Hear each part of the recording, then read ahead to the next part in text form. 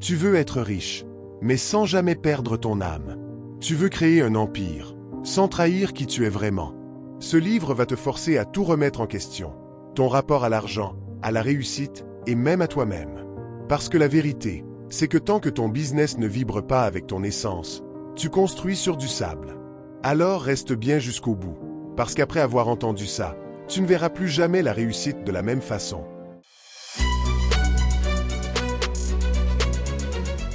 Chapitre 1. Le processus d'incarnation.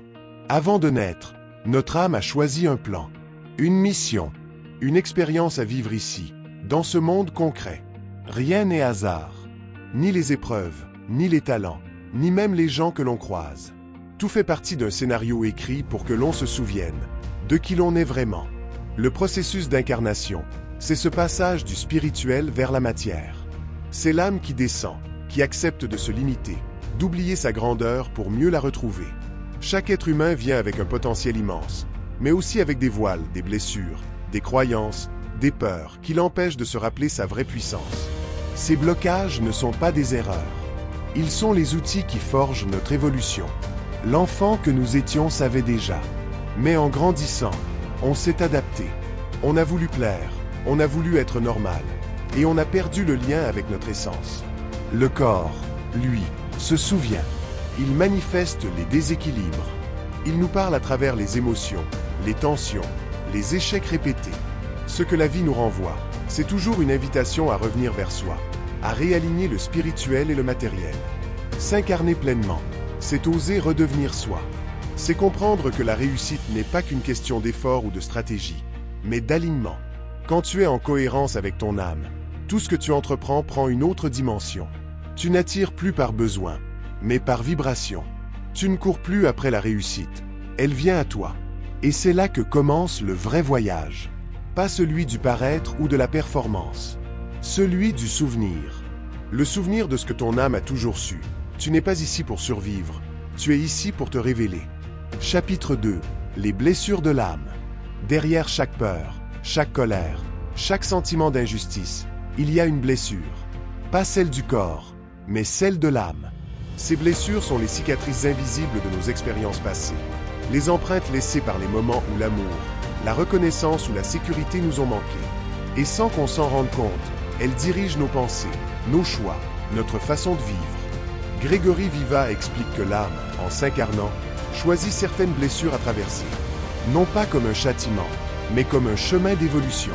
Ces blessures sont les miroirs de notre transformation. Le rejet, l'abandon, l'humiliation, la trahison, l'injustice, chacune d'elles cache une leçon, une porte vers une version plus consciente de nous-mêmes. Mais tant qu'on les ignore, elles contrôlent tout. On attire des situations qui les ravivent. On rejoue les mêmes scénarios, encore et encore, jusqu'à ce qu'on décide enfin de les guérir. Ces blessures façonnent nos masques. Le masque du fort, du sauveur, du parfait, du contrôlant, du distant. On se protège pour ne plus souffrir. Mais cette armure finit par nous enfermer. Et plus on veut éviter la douleur, plus on s'éloigne de notre essence. Car guérir, ce n'est pas oublier. Guérir, c'est accepter. C'est reconnaître la blessure, l'honorer, la remercier pour ce qu'elle nous a appris. C'est oser regarder en face ce qu'on fuyait depuis toujours. Et c'est là que tout change. Parce qu'en guérissant nos blessures, on libère notre énergie. On arrête de vivre dans la réaction et on commence à vivre dans la création. Nos relations deviennent plus vraies, notre business plus aligné, notre vie plus fluide. L'âme, enfin, peut respirer. Alors souviens-toi, ce qui te fait mal ne te détruit pas. Ça t'indique où tu dois regarder. Chaque blessure est une boussole. Et tant que tu n'auras pas compris le message, la vie te le répétera. Mais le jour où tu oses écouter, ce jour-là, tu redeviens libre. Chapitre 3. Le programme d'auto-sabotage. On rêve tous d'une vie plus grande, plus libre, plus alignée. Mais souvent, juste avant d'y arriver, quelque chose en nous sabote tout. On procrastine, on doute, on attire le chaos, et on se raconte que c'est le hasard. Non, c'est notre programme d'auto-sabotage. Grégory Viva explique que ce programme, c'est un mécanisme inconscient, né de nos blessures et de nos croyances limitantes. L'enfant que nous étions a dû s'adapter pour survivre émotionnellement. Alors il a appris à se restreindre, à ne pas déranger, à se faire petit. Et aujourd'hui, cet enfant intérieur dirige encore la plupart de nos décisions. Chaque fois que l'on s'apprête à sortir de notre zone connue, il tire la sonnette d'alarme. Il croit qu'il nous protège, mais en réalité, il nous empêche de grandir. L'autosabotage se cache dans les détails, dans le projet qu'on repousse, dans l'appel qu'on n'ose pas passer, dans l'opportunité qu'on laisse filer. Il prend 1000 visages, la peur du rejet, la peur de réussir, la peur d'être vu. Il se nourrit du manque d'estime et du besoin de contrôle. Et plus on essaie de forcer, plus il résiste. Parce que ce n'est pas un ennemi à combattre, c'est une blessure à comprendre. Le secret, dit Viva, c'est de mettre de la conscience là où l'inconscient agit. Observer nos comportements, repérer nos schémas, écouter la voix intérieure qui répète « tu n'es pas prêt ». Puis lui répondre avec douceur et courage. Reprogrammer son esprit, c'est choisir de ne plus obéir à la peur, mais à la vision. Parce qu'au fond, l'autosabotage n'est pas une faiblesse. C'est le signal que tu t'approches de ta vérité, que tu es prêt à quitter l'ancien toi pour laisser émerger celui que tu es venu incarner. Et ce passage-là, il n'est pas confortable, mais il est nécessaire. Parce que c'est à l'instant où tu cesses de te saboter que ta vraie vie commence. Chapitre 4. Les 3 étapes de guérison. Guérir n'est pas un miracle. Ce n'est pas un éclair venu du ciel, ni une promesse de ne plus jamais souffrir. Guérir, c'est un chemin. Et Grégory Viva nous le montre en 3 grandes étapes, simples en apparence, mais profondes dans leur essence. 3 passages que toute âme doit traverser pour redevenir entière. La première étape, c'est la prise de conscience. Tant qu'on ignore la blessure, elle dirige notre vie.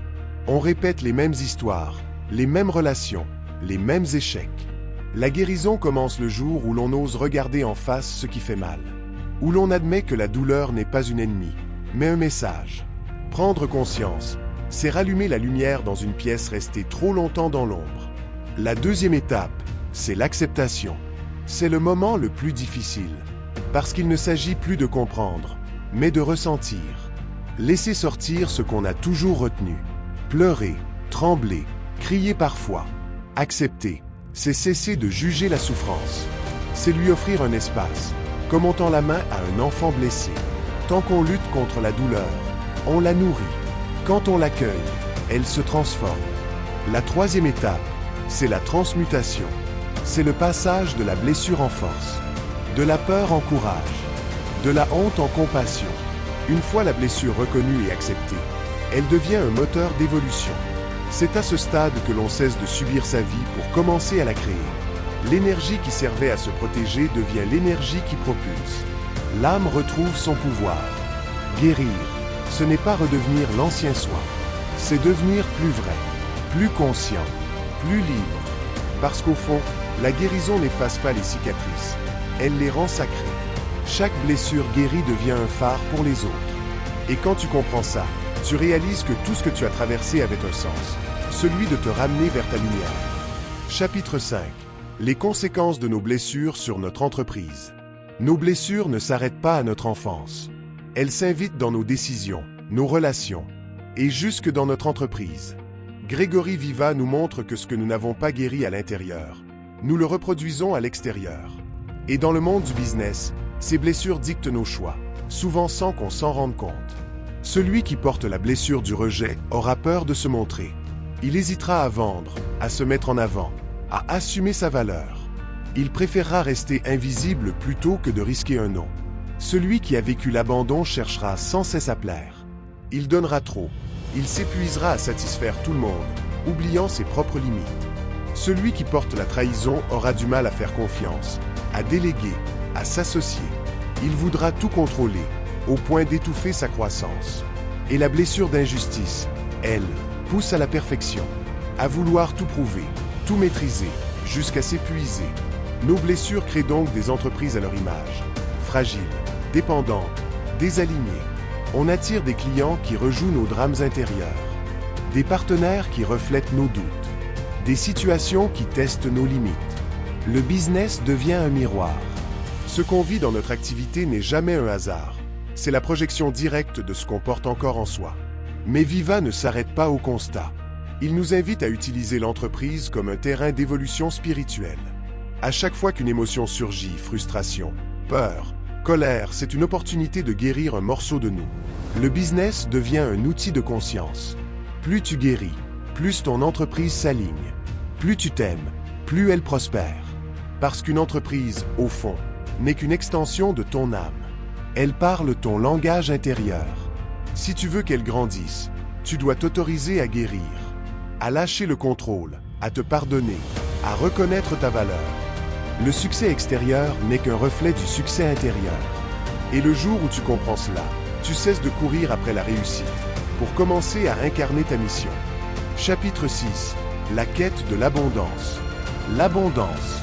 Ce mot qu'on associe souvent à l'argent, à la réussite, à la possession. Mais pour Grégory Viva, l'abondance est bien plus vaste.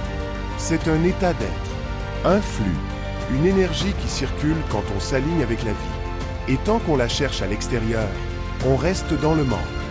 L'abondance commence à l'intérieur. Elle naît quand on comprend que l'univers ne récompense pas l'effort, mais la vibration. Quand on agit depuis la peur de manquer, on attire le manque. Quand on agit depuis la foi, on attire la fluidité. Tout part de ce que l'on ressent. L'abondance n'est pas une question de chiffres, mais de fréquence. C'est l'art de donner avant de recevoir, de faire confiance avant de voir le résultat. Viva explique que beaucoup d'entrepreneurs confondent travail et valeur. Ils s'épuisent à produire, à forcer, à contrôler. Mais l'abondance ne répond pas à la pression, elle répond à l'ouverture. Elle se manifeste quand on cesse de se battre contre la vie et qu'on commence à collaborer avec elle. Chaque fois qu'on dit oui à ce qui nous inspire, qu'on crée à partir du plaisir et non de la peur, on ouvre un canal. L'argent, les opportunités, les rencontres, tout commence à circuler. Mais cette quête demande du courage, parce qu'elle exige de lâcher les anciens schémas du mérite, du sacrifice, de la rareté. Elle demande de croire que l'on peut réussir autrement, en restant soi, en cultivant la gratitude, la générosité, la confiance, en reconnaissant que l'abondance ne se trouve pas, elle se permet. L'abondance, c'est l'état naturel de l'âme. Elle coule quand on ne bloque plus le robinet. Et chaque fois que tu choisis la peur, tu fermes le flux. Chaque fois que tu choisis la foi, tu l'ouvres. Alors cesse de courir après l'abondance comme si elle te manquait, et commence à vibrer comme si tu la possédais déjà. Parce qu'au fond, elle n'a jamais été ailleurs. Elle t'attendait en toi. Chapitre 7.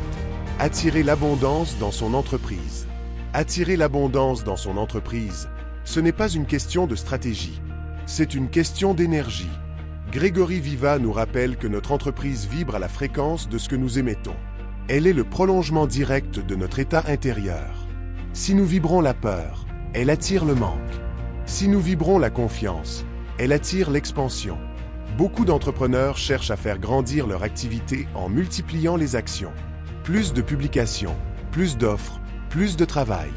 Mais ce plus cache souvent une vibration de peur, celle de ne pas être assez, de ne pas en faire assez, de ne pas mériter. Et cette vibration se ressent. Les clients ne répondent pas à nos mots, ils répondent à notre énergie.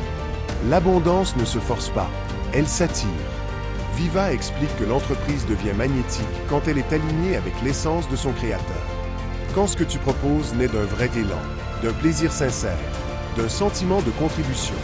Quand tu cesses de vendre pour combler un vide, et que tu commences à offrir pour partager une valeur.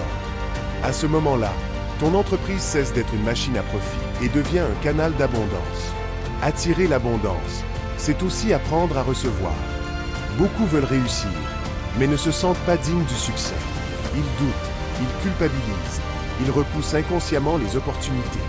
Recevoir demande de la maturité spirituelle, celle de reconnaître que plus tu es abondant, plus tu peux contribuer. L'argent n'est pas une fin, c'est un amplificateur de ton intention. Alors, pour attirer l'abondance dans ton entreprise, commence par la vibrer. Aligne ton message, ton offre, ton énergie. Donne sans peur, demande sans honte, reçois sans culpabilité. Et rappelle-toi, l'abondance n'est jamais une question de chance. C'est une question de résonance.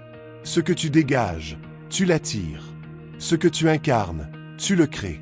Chapitre 8. Révéler notre super don. Chaque être humain porte en lui un don unique. Un talent naturel, une essence, une fréquence particulière qui ne se répétera jamais.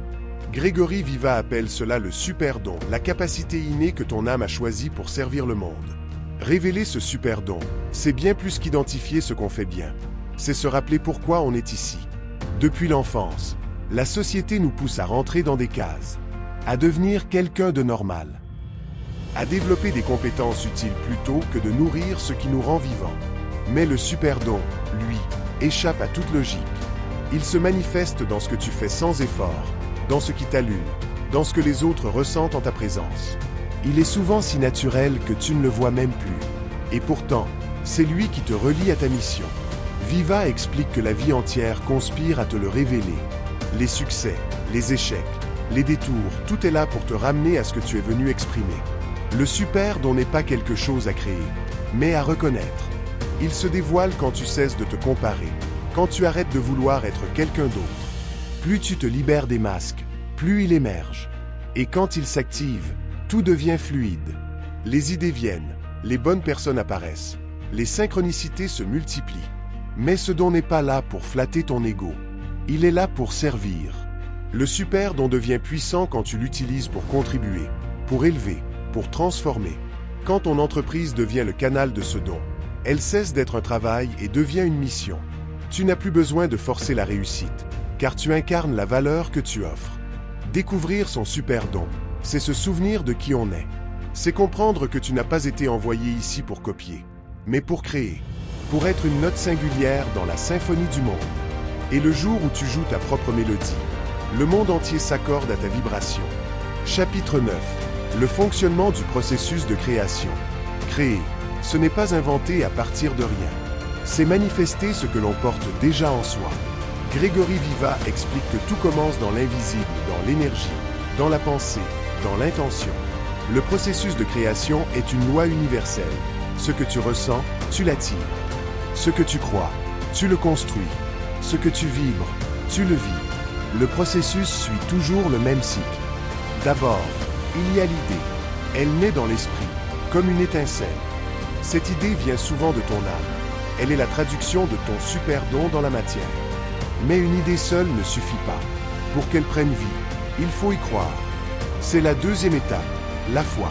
C'est l'énergie de confiance absolue, celle qui transforme une vision en réalité. Sans foi, l'idée reste un rêve. Puis vient l'émotion. C'est le carburant de la création. Tu attires ce que tu ressens, pas ce que tu dis vouloir. Si tu veux créer l'abondance mais que tu vibres la peur, tu attires le manque. Si tu veux la réussite mais que tu vibres le doute, tu bloques le flux. L'émotion donne la direction. Elle charge ton intention d'une fréquence. Et plus tu vibres au gratitude, joie, amour, plus la manifestation s'accélère. Enfin, il y a l'action. L'univers répond à l'énergie en mouvement. L'action, ce n'est pas la course, ce n'est pas la pression, c'est le geste aligné. Celui qui vient du cœur, pas de la peur. C'est ce que Viva appelle l'action inspirée. Celle qui ne coûte pas, qui coule naturellement, parce qu'elle suit le courant de ton âme. Mais la plupart échouent parce qu'ils inversent le processus. Ils veulent agir sans croire, forcer sans ressentir. Ils partent du faire, au lieu de partir de l'être. Et c'est là que tout se bloque. Le secret, c'est de créer de l'intérieur vers l'extérieur. D'abord la vision, ensuite la vibration, puis l'action. Créer, ce n'est pas prouver, c'est exprimer. Ce n'est pas contrôler, c'est permettre. Et quand tu comprends que tu es co-créateur avec la vie, tu cesses de lutter contre elle. Tu deviens canal. Tu n'as plus besoin de courir après les résultats, tu les aimantes. Parce qu'au fond, le véritable pouvoir de création, ce n'est pas de changer le monde, c'est de te souvenir que tu l'as toujours façonné. Chapitre 10. Démystifier le pouvoir de la loi d'attraction. La loi de l'attraction. Tout le monde en parle, peu la comprennent vraiment. Grégory Viva nous ramène à l'essentiel. Ce n'est pas une formule magique pour obtenir tout ce qu'on veut. C'est une loi universelle, neutre, aussi réelle que la gravité. Elle répond non pas à ce que tu demandes, mais à ce que tu vibres. Viva explique que la plupart des gens se trompent de direction. Ils veulent attirer l'abondance, mais pensent à ce qui leur manque. Ils veulent la réussite, mais vibrent la peur d'échouer. Et l'univers, fidèle miroir, leur envoie exactement cette fréquence. La loi d'attraction ne juge pas. Elle amplifie. Ce que tu nourris par ton attention devient ta réalité. C'est aussi simple et aussi puissant. Tout commence dans la pensée. Mais la pensée seule n'a pas de force sans émotion. C'est l'émotion qui charge la vibration, qui envoie le signal. Plus ton ressenti est fort, plus la création est rapide. Voilà pourquoi la gratitude, la joie, l'amour sont des accélérateurs de manifestation. Ce ne sont pas des postures naïves, ce sont des technologies spirituelles. Et quand tu combines pensée claire, émotion élevée et foi profonde, tu entres dans un état de cohérence capable de déplacer des montagnes. Mais Viva nous met en garde. La loi d'attraction n'est pas un raccourci pour fuir le réel. Tu ne peux pas attirer ce que ton âme n'est pas prête à recevoir. Si tu veux une vie plus grande, tu dois devenir plus grand intérieurement. Tes croyances, tes blessures, ton rapport à la valeur et à la peur, tout doit s'aligner. L'univers ne donne pas à celui qui veut, il donne à celui qui est prêt. Démystifier la loi d'attraction, c'est comprendre que tu ne crées pas en ordonnant à l'univers, tu co-crées en t'accordant à lui. La vie n'est pas contre toi, elle te reflète. Et le jour où tu cesses de demander pourquoi ça ne marche pas et que tu commences à vibrer comme si c'était déjà là, alors, sans effort apparent, tout commence à converger. Parce qu'au fond, tu n'attires jamais ce que tu veux, tu attires ce que tu es. Chapitre 11. Démystifier le pouvoir de la guidance spirituelle. On a souvent l'impression d'avancer seul, de devoir tout décider, tout comprendre, tout contrôler. Mais Grégory Viva nous rappelle une vérité profonde. Nous ne sommes jamais seuls. La vie nous parle en permanence.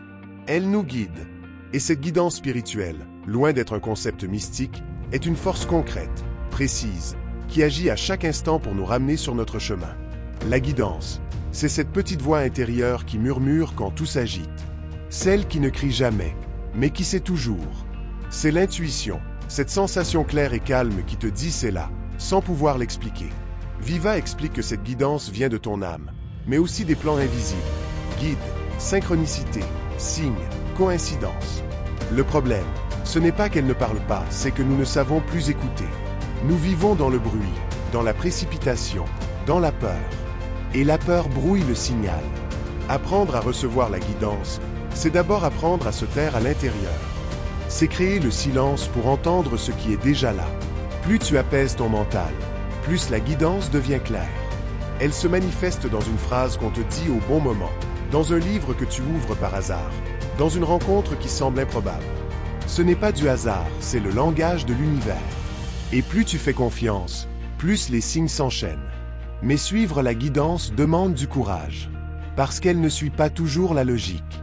Elle t'emmène parfois à l'opposé de ce que tu avais prévu. Elle t'arrache à ta zone de confort pour te réaligner à ta mission. Et c'est là que beaucoup renoncent. Ils veulent des certitudes, pas des élans. Pourtant, la guidance ne cherche pas à te rassurer. Elle cherche à te révéler. Démystifier la guidance spirituelle, c'est comprendre qu'elle n'est pas réservée à quelques élus. Elle est accessible à tous ceux qui osent t'écouter. Elle n'impose rien, elle propose. Et chaque fois que tu suis ce murmure au lieu de la peur, la vie s'ouvre. Les synchronicités deviennent quotidiennes. Les obstacles deviennent des détours parfaits. Tu cesses de diriger et tu commences à être guidé. Parce qu'au fond, la vraie sagesse n'est pas de tout comprendre. C'est de faire confiance à ce qui te dépasse. La guidance, ce n'est pas une lumière à suivre à l'extérieur. C'est le souvenir d'une lumière que tu portes déjà en toi. Chapitre 12. Les signes et synchronicités. Il y a ces moments où tout semble s'enchaîner avec une perfection troublante. Tu penses à quelqu'un, il t'écrit. Tu rêves d'un projet, une opportunité surgit. Tu doutes d'une décision, un signe apparaît. Grégory Viva appelle cela les synchronicités, ces clins d'œil de l'univers qui confirment qu'on est sur la bonne voie. Des messages subtils, mais puissants, qui tissent le dialogue entre ton âme et la vie. Les signes ne sont pas là pour te rassurer, ils sont là pour t'éveiller.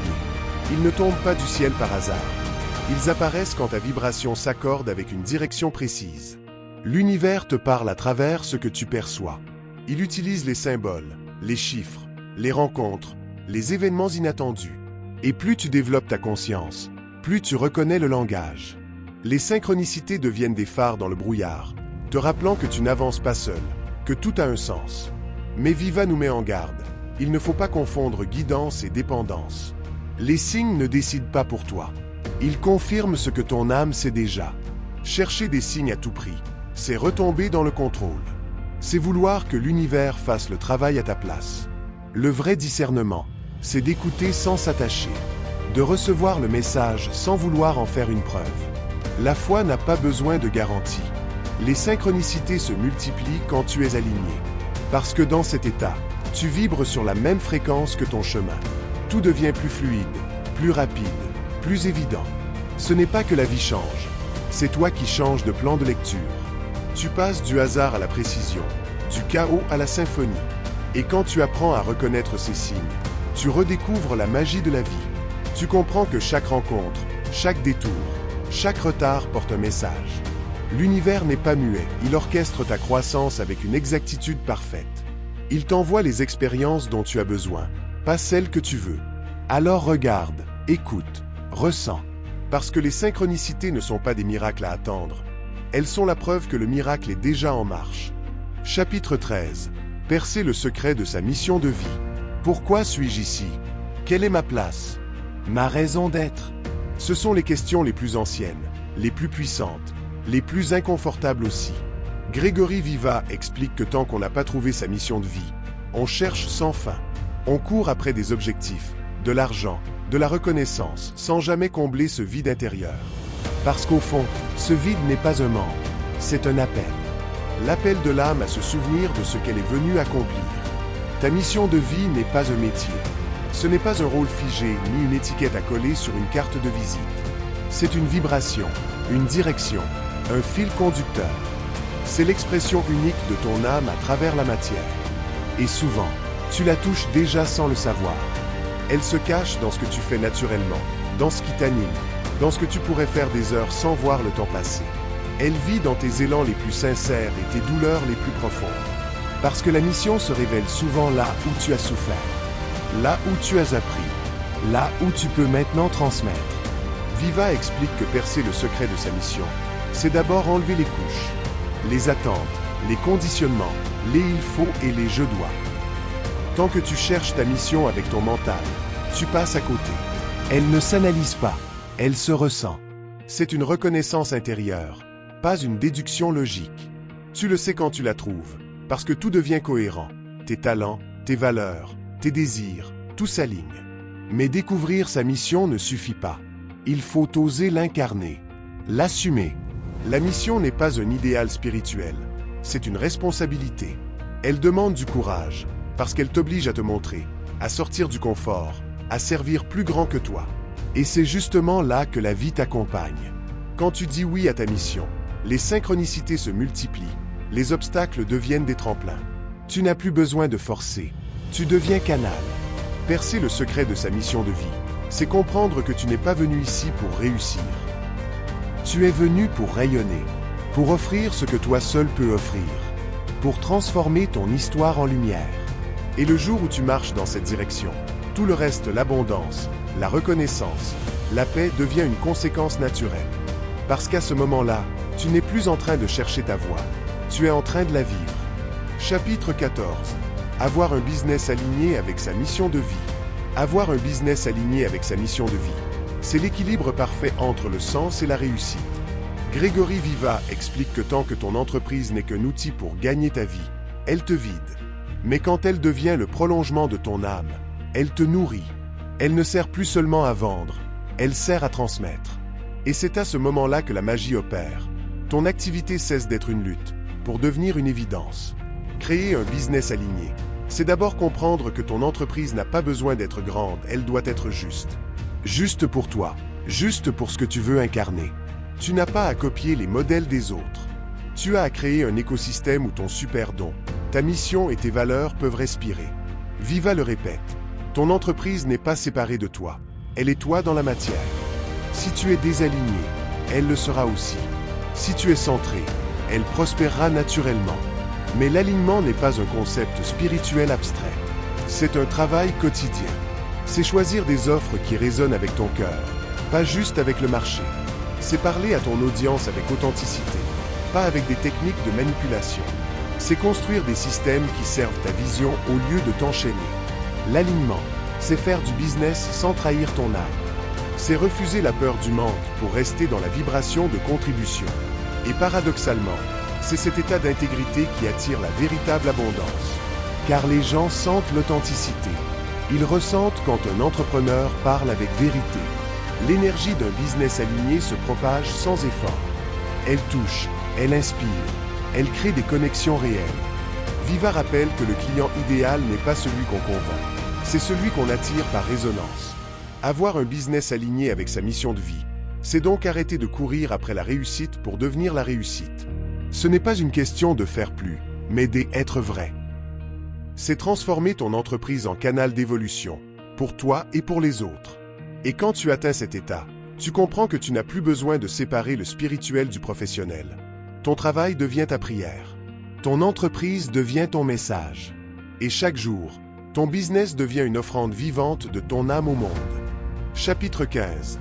Le tarot, un des meilleurs outils pour trouver sa mission de vie. Le tarot, souvent perçu comme un jeu mystique, un outil de divination, parfois même comme un simple gadget ésotérique. Mais Grégory Viva le présente sous un tout autre angle. Le tarot est un miroir de l'âme.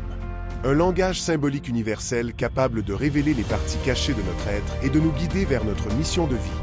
Ce n'est pas un instrument de prédiction, c'est un instrument de conscience. Chaque carte du tarot est un archétype, une force intérieure qui sommeille en nous. Le mat, l'impératrice, le soleil, la mort, tous représentent une étape du voyage de l'âme, une énergie que nous sommes appelés à incarner. En tirant les cartes, on ne découvre pas l'avenir, on découvre où on en est dans notre évolution. Le tarot agit comme un reflet honnête, sans jugement, qui met en lumière nos blocages, nos désirs profonds, et les leçons que nous refusons parfois de voir. Viva explique que le tarot fonctionne parce qu'il parle le langage de l'inconscient. Ce que le mental ne veut pas entendre, les symboles le révèlent. Chaque tirage ouvre une porte sur nous-mêmes, un dialogue entre le conscient et le divin. Ce n'est pas la carte qui détient la vérité, c'est la résonance qu'elle provoque, ce qu'elle fait remonter en nous, ce qu'elle déclenche. En ce sens, le tarot devient un outil de réalignement spirituel. Trouver sa mission de vie grâce au tarot, c'est utiliser les cartes non pas pour savoir ce qui va se passer, mais pour comprendre ce qui veut se manifester à travers moi. Les arcanes montrent les zones d'ombre à transmuter, les dons à réveiller, les directions à emprunter. Ils t'invitent à te poser les vraies questions. Qu'est-ce que je fuis? Qu'est-ce qui m'appelle? Quelle énergie mon âme cherche-t-elle à exprimer ici et maintenant?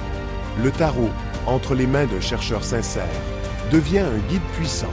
Il te ramène toujours à toi. Il te rappelle que la mission de vie ne se trouve pas dans le futur, mais dans la conscience du présent. Et lorsque tu apprends à lire ces symboles, tu découvres que le véritable oracle n'est pas dans les cartes, il est en toi. Parce qu'au fond, ton âme sait déjà la réponse. Le tarot ne fait que te la rappeler. Chapitre 16. Identifier ses blocages pour atteindre ses objectifs de vie. On rêve de liberté, de succès, de sens. Mais souvent, malgré toute notre volonté, quelque chose bloque. On avance, puis on retombe. On fait des efforts, mais rien ne se stabilise. Et Grégory Viva met le doigt sur cette vérité dérangeante. Tant que tu n'as pas identifié tes blocages intérieurs, tu construis sur du sable.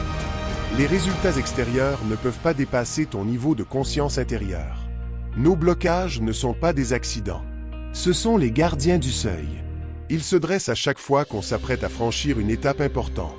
Ce sont des croyances, des peurs, des mémoires émotionnelles qui nous maintiennent dans le connu. Je ne suis pas assez, je n'ai pas de chance, je ne mérite pas. Ces phrases, qu'on répète inconsciemment, programment notre réalité. Tant qu'on ne les voit pas, elles agissent dans l'ombre, sabotant nos plus belles intentions. Viva explique que la première clé, c'est l'observation. Regarde les domaines où tu stagnes. Ton couple, ton argent, ton entreprise. Ce sont des miroirs. Là où tu ressens de la résistance, là se cache une blessure. Et derrière chaque blocage, il y a une peur non exprimée. Peur d'échouer, peur de réussir, peur d'être vu, peur d'être abandonné. Le mental croit que ces blocages protègent, mais ils enferment. L'âme, elle, veut les traverser. Identifier ces blocages, c'est accepter de se regarder sans phare. C'est oser voir la part de soi qui fuit, qui contrôle, qui doute. Ce n'est pas un travail intellectuel, c'est un acte de courage. Parce que reconnaître ses limites, c'est déjà commencer à les dépasser. Plus tu mets de la conscience sur un blocage, plus il perd son pouvoir. Et quand tu comprends cela, tout change. Tu cesses de voir les obstacles comme des punitions, et tu les perçois comme des portails. Chaque blocage devient une initiation. Chaque peur, une passerelle vers une version plus libre de toi.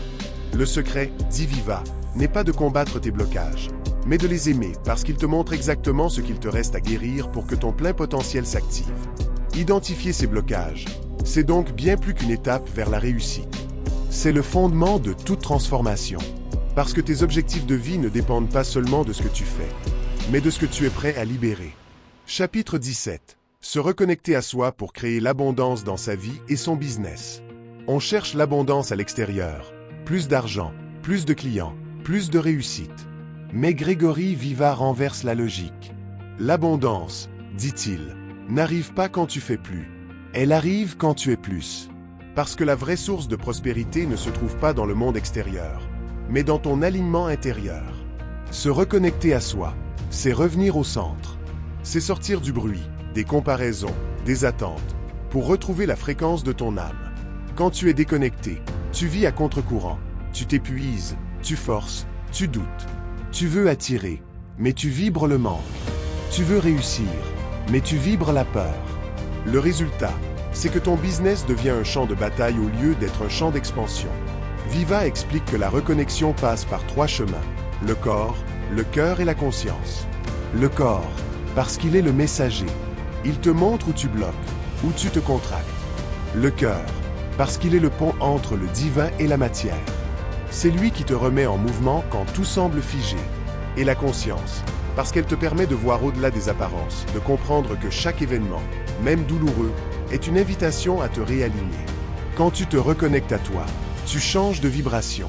Tes actions ne viennent plus du besoin de prouver, mais du désir de contribuer. Tu arrêtes de forcer les résultats, tu les permets. Tu n'attires plus par effort, tu attires par cohérence. L'univers devient un partenaire, pas un adversaire. Ton business cesse d'être une fuite et devient une extension naturelle de ton être. Et c'est là que l'abondance se met à circuler. Parce que tu ne l'attends plus, tu la rayonnes. Tu incarnes la confiance, la gratitude, la fluidité. Tu n'essaies plus de gagner ta vie, tu la crées. Et tout ce que tu offres depuis cet espace d'authenticité revient multiplié.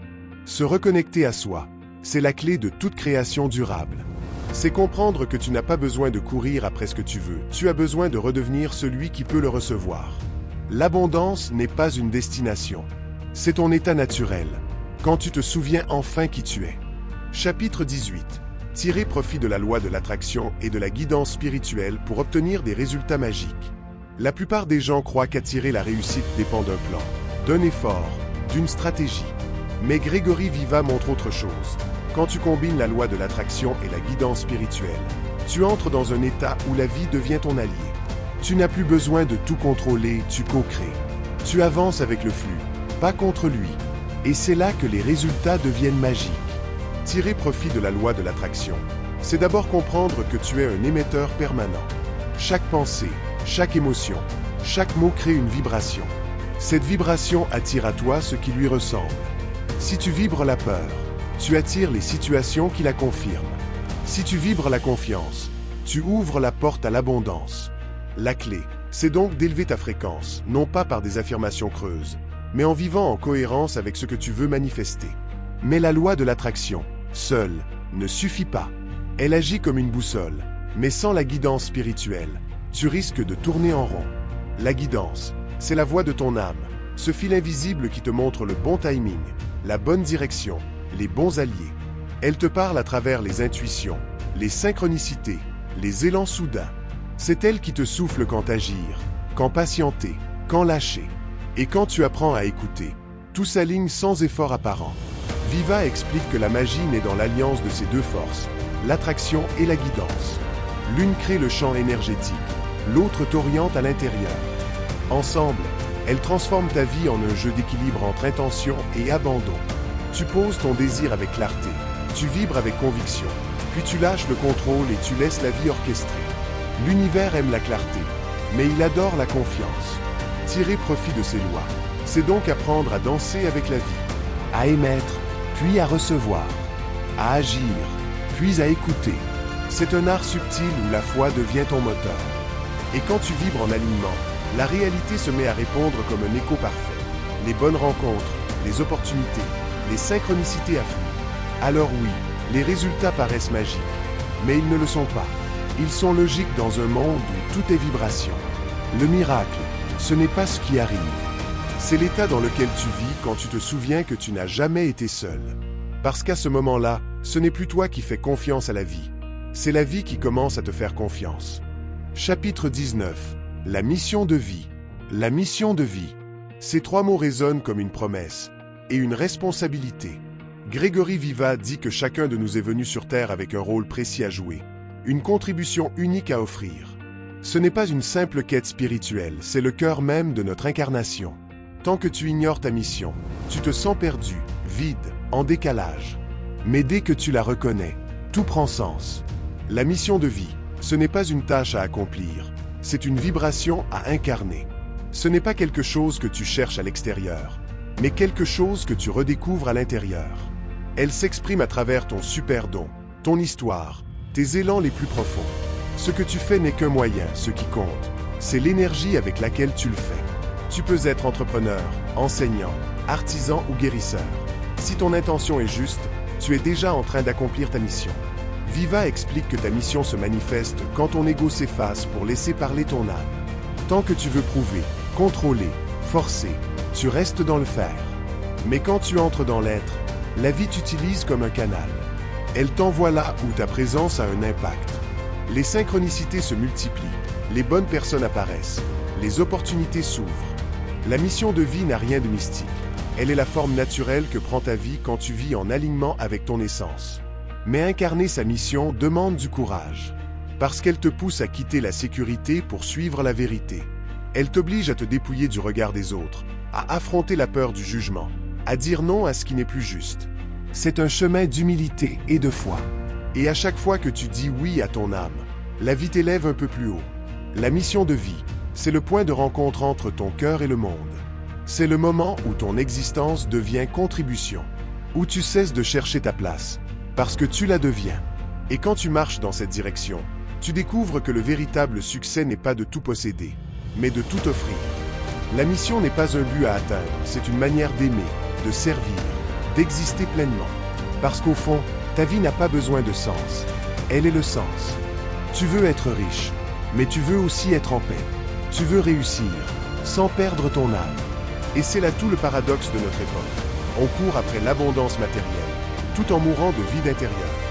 Grégory Viva, dans Riche et spirituel, te tend un miroir. Il ne te parle pas seulement de business. Il te parle de toi, de ce qu'il faut réaligner pour que ton succès extérieur ait enfin un sens intérieur. Parce que tout commence là, à l'intérieur. Tes blessures dictent tes décisions. Tes peurs freinent ton expansion. Tes croyances sabotent ton entreprise. Tu crois que tu manques d'argent, mais c'est de clarté que tu manques. Tu crois que tu dois en faire plus, mais tu dois surtout être plus. Quand tu guéris, ton business guérit avec toi. Quand tu changes d'énergie, la vie change de réponse. Et c'est là que tu découvres la véritable abondance, celle qui naît de la cohérence entre ton âme et ton action. Viva te montre que la réussite durable n'est pas une course, c'est un alignement. Quand tu comprends la loi de l'attraction, tu cesses de forcer. Quand tu écoutes ta guidance, tu cesses de douter. Et quand tu découvres ta mission de vie, tu cesses de chercher. Parce qu'à ce moment-là, tout devient clair. Ton entreprise n'est plus un outil pour survivre, mais un canal pour servir. Tu n'attires plus par besoin, tu attires par vibration. Tu ne vis plus dans la peur du manque, tu vis dans la conscience du sens. Alors retiens ceci, tu n'as pas été envoyé ici pour accumuler, mais pour rayonner, pour transformer ta lumière intérieure en contribution extérieure, pour prouver qu'un entrepreneur peut être prospère et profondément spirituel. Parce qu'être riche, c'est bien, mais être riche et aligné, c'est ce qui change le monde. Si tu veux aller plus loin, abonne-toi à la chaîne pour gagner du temps et recevoir la sagesse des meilleurs livres sans devoir les lire tous. Commande le livre Riche et spirituel via le lien en description. Parce qu'un vrai entrepreneur se mesure à la taille de sa bibliothèque, pas à celle de son écran. Et dis-moi en commentaire, quelle action vas-tu mettre en place dès aujourd'hui pour aligner ton business avec ton âme? Parce que ta transformation commence maintenant.